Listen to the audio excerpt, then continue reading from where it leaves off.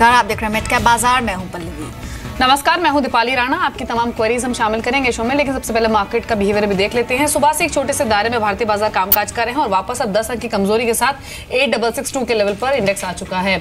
आज के सेशन में निफ्टी बैंक ने जो आउट परफॉर्मेंस दिखाई थी बीते कुछ दिनों की, वहां भी रफ्तार थोड़ी सुस्त होती हुई पड़ी है और बिल्कुल फ्लैट निफ्टी बैंक ट्रेड कर रहा है अभी 28 अंक की बढ़त लेकर। लेकिन बैंकिंग में ही जो पीएसयू बैंक है वहां पर खरीदारी दिखी आज के सेशन में। SBI, PNB, bank of Baroda में अच्छा रुझान रहा है आज के सत्र में। कुछ और सेगमेंट्स जो परफॉर्म कर रहे हैं उनमें सीमेंट स्टॉक्स रहे हैं। खरीदारी आज हमने सीमेंट स्टॉक्स में फिर से देखी है। बीते 2 दिनों में अच्छी बाइंग वापस रिज्यूम हुई है सीमेंट शेयरों में। हालांकि ये शेयर्स आपकी स्क्रीन पर है मिड कैप कैटेगरी के, जो कि अच्छी बढ़त लेकर कामकाज कर रहे हैं। मिड कैप पॉकेट के ही जो परफॉर्मर्स हैं उन स्टॉक्स को देखेंगे तो आज के सेशन में हमने मिड कैप सीमेंट स्टॉक्स में साथ ही शुगर स्टॉक्स में एक अच्छी बाइंग जो है वो इमर्ज होती हुई देखी है। सीमेंट स्टॉक्स की अगर परफॉर्मेंस देखें आज के सेशन में तो इंडिया सीमेंट हुआ, हिडलबर्ग सीमेंट हुआ, यहाँ पर काफी बाइंग देखी गई है। बैंकिंग में जिन स्टॉक्स ने परफॉर्म किया उनमें एसबीआई, बैंक ऑफ बड़ौदा रहे हैं। मेटल पॉकेट से हिंडाल्को एक ऐसा स्टॉक रहा है जहां पर खरीदारी आते हुए दिखी है। Aurobindo pharma, NTPC, yes bank, BSE, कुछ और मूवर्स हैं। मिड कैप के गेनर्स हैं जिनमें Petronet, Indian hotels, Piramal enterprises, Tata chemical, Tata communication है। 2 से 5% की बढ़त इन सभी शेयरों में देखी जा रही है। तो आज काफी सारे सेगमेंट्स हैं जो कि इंडेक्स भले न चल रहा हो, लेकिन जहां पर खरीदारी दिखी है सीमेंट, होटल शेयर्स, साथ ही banking stocks, specially PSU bank, वहां पर खरीदारी दिखी है। चलिए, आप भी किसी भी शेयर पर अपने सवाल पूछ सकते हैं इस कार्यक्रम में। तरीका एक बार आपको याद दिला दें, आपको मिड कैप हमारा कोड लिखकर एसएमएस करना होगा 57575 पर, या फिर आप हमें फोन के जरिए भी अपने सवाल पूछ सकते हैं। आप 2 नंबर्स नोट करें। आप टोल फ्री नंबर पे कॉल कर सकते हैं 1800-180-3545, या फिर लैंडलाइन नंबर है 012042582237। इस पर भी कॉल करके अपने सवाल पूछ सकते हैं। साथ ही व्हाट्सएप के जरिए भी आप हमसे जुड़ सकते हैं। व्हाट्सएप नंबर आपकी स्क्रीन पर है। आज के 2 एक्सपर्ट्स हमारे साथ मौजूद हैं, मानस जायसवाल और साथ ही राजेश शर्मा। मानस, सबसे पहले आपके पास आएंगे। Welcome to the show. आज हम देख रहे हैं एक दायरे में ही कारोबार होते हुए दिख रहा है, लेकिन मिड कैप्स में आज भी एक्शन दिख रहा है। मौजूदा बाजार पे आपके कमेंट्स क्या होंगे? देखिए, मैंने जैसे पहले मेंशन किया कि जब तक निफ्टी 8700 और 8550 की रेंज में चलता है, मैं नहीं समझता कि निफ्टी पे कोई फ्रेश ट्रेड लेना चाहिए। हालांकि ये ज़रूर है कि अगर किसी के पास निफ्टी में लॉन्ग पोजीशन है तो अपने स्टॉप लॉसेस 8500 के नीचे रखें और होल्ड करें, क्योंकि जो मीडियम टर्म आउटलुक है वो अभी पॉजिटिव है। और मैं उम्मीद करता हूँ कि कहीं ना कहीं थोड़े दिनों में 8700, 8725 के लेवल्स ब्रेक होकर निफ्टी 8900 की तरफ जाने की कोशिश करेगा। बट अगर छोटी अवधि के लिए 2 से 3 दिनों के लिए ट्रेड करना हो तो मैं समझता हूँ कि निफ्टी को थोड़े टाइम के लिए अवॉइड करना चाहिए। मैं समझता हूँ इसी रेंज में शायद हमें कुछ और सेशन देखने पड़ेंगे। चलिए, आपकी क्वेरीज अब शामिल करते हैं शो में, और पहले कॉलर हमारे साथ हैं, साशा हैं अहमदाबाद से। साशा, गुड आफ्टरनून, क्या क्वेश्चन है आपका, पूछिए। Good afternoon ma'am. मैंने माइक्रोवेव खरीद के रखा था। 150 शेयर्स है मेरे पास एट द रेट ऑफ 150। तो ये मैंने करीब दिसंबर के आसपास में खरीदा था। आपका जो परचेजिंग प्राइस है वो 150 रुपए का है? हाँ जी। तो यानी ये आपकी खरीद इसी साल की है या फिर उससे भी पुरानी है? दिसंबर के आसपास मैंने खरीदा। दिसंबर के आसपास आपने बाइंग की थी, और एक 150 के लेवल से कंसिस्टेंट ये स्टॉक डाउन ट्रेंड में ही रहा है। अभी कितना और समय दे सकती है इस इन्वेस्टमेंट को आप? मैं 4 to 6 मंथ अभी और इसको होल्ड कर सकती हूँ। ठीक है, आपको कमेंट दिलवा देते हैं। राजेश, एस्ट्रा माइक्रो में 150 के स्तर पर इन्होंने खरीदारी की है, दिसंबर 2015 की खरीद, और आप देखेंगे कि 150 के लेवल्स टच करने के बाद से कंसिस्टेंट मुनाफा वसूली स्टॉक में दिखी। वापस इसने अप्रैल ऑनवर्ड्स थोड़ा पुल बैक लिया है 100 के लेवल से, लेकिन 120 तक ही पहुंच पाया है। नुकसान हो रहा है इनको अभी भी, थोड़े समय और होल्ड कर सकती हैं। क्या स्ट्रैटेजी आप रेकमेंड करेंगे?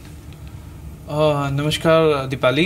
देखिए, ऐसा है, एस्ट्रा जो है डेफिनेटली इस पूरी रैली को अगर आप देखें अंडर परफॉर्म कर रहा है, और जो है 135 के ऊपर इनफैक्ट स्टॉक में एक मेजर रेजिस्टेंस डेवलप हो रही है। जब स्टॉक 135 और 130-135 के बैंड में आता है, स्टॉक रिएक्ट करता है। चार्ट्स को देख के लग रहा है कि ये अंडर परफॉर्मेंस अभी बनी रहेगी। मिड कैप और स्मॉल कैप में एक अच्छा बुल रन है, फिर भी ये स्टॉक अंडर परफॉर्म कर रहा है। मेरी राय आपको ये रहेगी, फिलहाल आप होल्ड कीजिए 111 रुपये के स्टॉप लॉस से, और कोशिश कीजिए 135 पे बेचने की। 135 पे अपना लॉस को थोड़ा कट कीजिए, थोड़ा सा कम रह जाएगा, और स्विच कीजिए किसी और परफॉर्मिंग सेक्टर में। ऑलराइट, अगले दर्शक से बात करते हैं। हमारे साथ कट से बंटी जुड़े हैं। गुड आफ्टरनून बंटी, बताइए क्या सवाल है आपका? मैडम, मेरे पास बैंक ऑफ इंडिया के 200 शेयर है 110 के रेट पे, 200 शेयर है सर, आप अपना बाइंग प्राइस बताएंगे? 110 रुपीज, 200 शेयर्स। और ओरिएंटल बैंक ऑफ कॉमर्स है 115 के रेट पे 200 शेयर्स। ऑलराइट, कितना नजरिया रख के चल रहे हैं, कितने समय तक इसमें निवेश? 3 to 6 मंथ्स का व्यू है। Okay, medium to short term का नजरिया है। मानस, दोनों ही ये पब्लिक सेक्टर बैंक्स की बात की इन्होंने। ओबीसी 115 के लेवल्स पे खरीदा, आज 117 पे ट्रेड कर रहा है, और साथ ही बैंक ऑफ इंडिया इन्होंने खरीदा हुआ 110 के लेवल्स पर। दोनों ही स्टॉक्स पर क्या राय होगी आपकी? देखिए, ज्यादातर पीएसयू बैंकिंग स्टॉक्स पे हमें लॉन्ग टर्म चार्ट्स पे कुछ रिवर्सल देखने को मिले हैं, और ऐसा लगता है कि अगर इन स्टॉक्स को आने वाले 12 से 15 मंथ के लिए होल्ड किया जाए तो शायद 25 से 30% के रिटर्न में मिल सकते हैं। तो ओरिएंटल बैंक की जहाँ तक बात है, मैं समझता हूँ 102 का स्टॉप लॉस रखे बने रहे। टाइम फ्रेम मेरे हिसाब से 10 से 15 मंथ का अगर रखे तो बेहतर रहेगा, और आप जो टारगेट है वो 150 से लेकर 160 की रेंज में सेट करने की कोशिश करें। बैंक ऑफ इंडिया की जहाँ तक बात है, कंसोलिडेशन देखा गया है, बट 100 दिनों के मूविंग एवरेज के आसपास स्टॉक लगातार सपोर्ट ले रहा है, इसलिए मैं समझता हूँ कि 96 के स्टॉप लॉस से बना रहा जा सकता है, और यहाँ पर भी टारगेट करीब करीब 150 और 160 की रेंज में आते हैं, जो कि मैं उम्मीद करता हूँ कि 10 से 12 महीने में स्टॉक टेस्ट कर सकता है। जी, अगले कॉलर पीदास गुप्ता हैं हमारे साथ कोलकाता से। गुप्ता साहब नमस्कार, क्वेश्चन पूछिए अपना। मेरे पास मैडम ओएनजीसी का शेयर है, वो 445 का लिया हुआ है, और एलएनटी का शेयर है जो 72 में लिया हुआ 200 शेयर। तो क्या ओएनजीसी के बाद दूसरा शेयर कौन सा है आपके पास? LNT finance. एलएनटी फाइनेंस, यहाँ पर परचेसिंग प्राइस 72 रुपीज का है। LNT finance and ONGC. ठीक है, ठीक है। राजेश, ओएनजीसी में तो ये भारी नुकसान में है, 450 रुपए की खरीद है, स्टॉक ऑलमोस्ट हाफ प्राइस पर आ चुका है। क्या करना चाहिए इनको? क्या इन स्तरों पर एवरेज कर लें, क्योंकि बीते कुछ सेशंस में थोड़े बाइंग इंटरेस्ट हमने इमर्ज होते हुए देखे हैं ओएनजीसी में। और दूसरा स्टॉक है एलएनटी फाइनेंस का, यहाँ पर इन्होंने 72 पर एंट्री ली है, स्ट्रॉन्ग प्रॉफिट्स पर बैठे हैं। क्या करना चाहिए दोनों शेयरों में? दीपाली, देखिए, पहले ओएनजीसी की अगर बात करें तो ओएनजीसी में भी मेजरली अंडर परफॉर्म कर रहा है। आप देखिए, ये पब्लिक सेक्टर की नवरत्ना स्टेटस की कंपनी है, फिर भी अंडर परफॉर्म कर रहा है, क्योंकि क्रूड के जो भाव हैं वो नीचे हैं, और लाइकली है कि अभी 1-2 क्वार्टर तक क्रूड वोलेटाइल रहेगा और नीचे ही रहेगा, जिसके कारण ये अपस्ट्रीम कंपनीज जो हैं ये घाटे में रहेंगी या ब्रेक इवन लेवल के आसपास रहेंगी।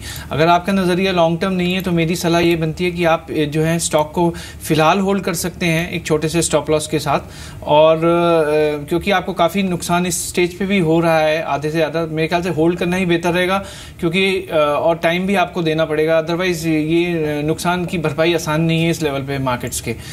मेरी सलाह आपको ये बनेगी कि आप 207 के फिर भी स्टॉप लॉस, अगर आपको एक लेवल चाहिए तो 207 का स्टॉप लॉस का एक लेवल है, उसे लेके आप होल्ड कीजिए लॉन्ग टर्म, और अगर आप में हिम्मत है तो 270-80 के आसपास स्टॉप लॉस कट करने की सोचें, मतलब एक बार प्रॉफिट को या लॉस को बुक करने की सोचें, और दोबारा 235 पे एंट्री करने की सोचें, क्योंकि स्टॉक में मेजर रेजिस्टेंस है 270-80 के लेवल पे भी। तो होल्ड कीजिए 207 के लेवल से, 235 के ऊपर ब्रेक करता है, 270-75 जाता है, एक बार हिम्मत करके बेचिए और दोबारा 235 का इंतजार कीजिए, स्टॉक आएगा, आप दोबारा पकड़िएगा। जी, तो 235 के लेवल्स को क्लोजली आपको वॉच करना होगा। लेकिन अब कुछ और स्टॉक्स की बात करते हैं, कुछ और खबरों की बात करते हैं। स्टेट बैंक ऑफ इंडिया के बोर्ड ने अपने सहयोगी बैंकों के खुद में मर्जर को मंजूरी दे दी है। हालांकि अभी इस मर्जर को सरकार और आरबीआई की मंजूरी मिलनी बाकी है। मर्जर के बाद state bank of Bikaner and Jaipur के 10 शेयर्स के बदले एसबीआई के 28 शेयर निवेशकों को मिलेंगे। इसी तरह स्टेट बैंक ऑफ मैसूर के 10 शेयरों के बदले एसबीआई के 22 शेयर मिलेंगे, जबकि स्टेट बैंक ऑफ ट्रावनकोर के 10 शेयरों के बदले एसबीआई के 22 शेयर मिलेंगे। साथ ही एसबीआई ने भारतीय महिला बैंक के मर्जर रेशियो की भी घोषणा की है। भारतीय महिला बैंक के 100 करोड़ शेयरों के बदले एसबीआई के 4.42 करोड़ शेयर मिलेंगे।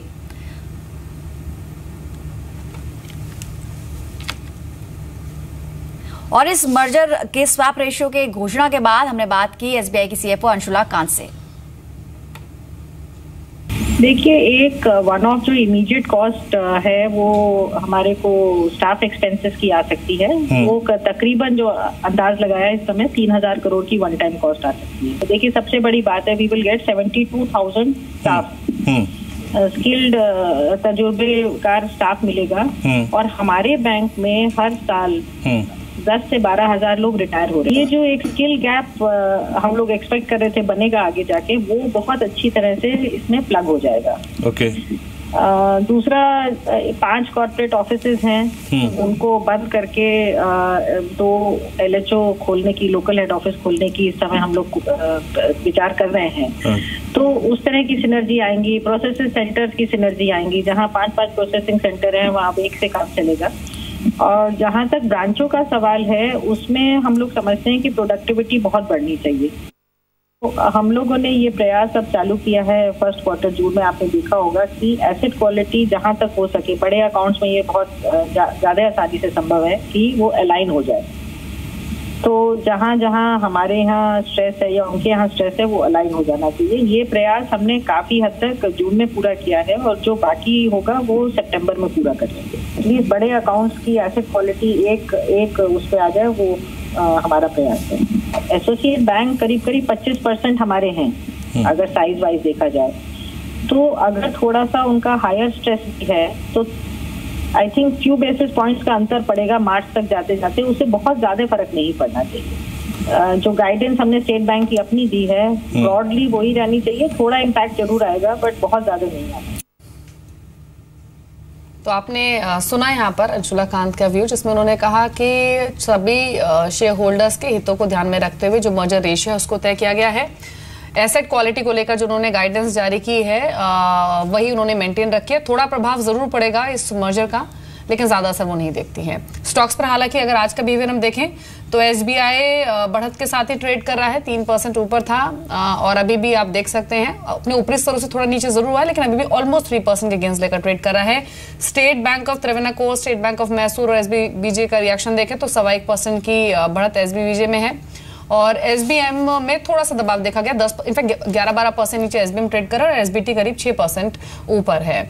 एक छोटा कमेंट ले लेते हैं मानस का SBI पर। मानस, SBI पर मैं कमेंट्स इसलिए लेना चाहूंगी क्योंकि हाल ही के अर्निंग्स के बाद ये मर्जर की खबर, और मर्जर के बाद ही सभी को पता है कि जो SBI है वो बैंकिंग इंडस्ट्री में एक बिग डैडी बन जाएगा।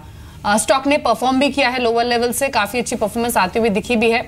अभी स्ट्रेटेजी आपकी क्या है, नेक्स्ट टारगेट्स आप क्या देख रहे हो SBI? देखिए, जैसे मैंने पहले मेंशन किया कि PSU बैंकिंग स्टॉक्स में रिवर्सल देखने को मिले हैं लॉन्ग टर्म चार्ट्स पे, और मैं समझता हूँ ज़्यादातर अगर बैंकिंग स्टॉक्स ले लीजिए तो वहाँ पर SBI ने आउट परफॉर्म किया है और आने वाले टाइम में भी मैं समझता हूँ कि अभी भी स्टॉक में बहुत पोटेंशियल है। अगर हम 3 से 4 मंथ का टाइम फ्रेम सेट करें तो आपको टारगेट 300 रुपये या 305 रुपये तक के मिल सकते हैं। इसलिए मेरी राय में तो टाइम टू टाइम अपने स्टॉप लॉसेज रिवाइज करते रहें और बने रहें, इस पूरी रैली को एंजॉय करें।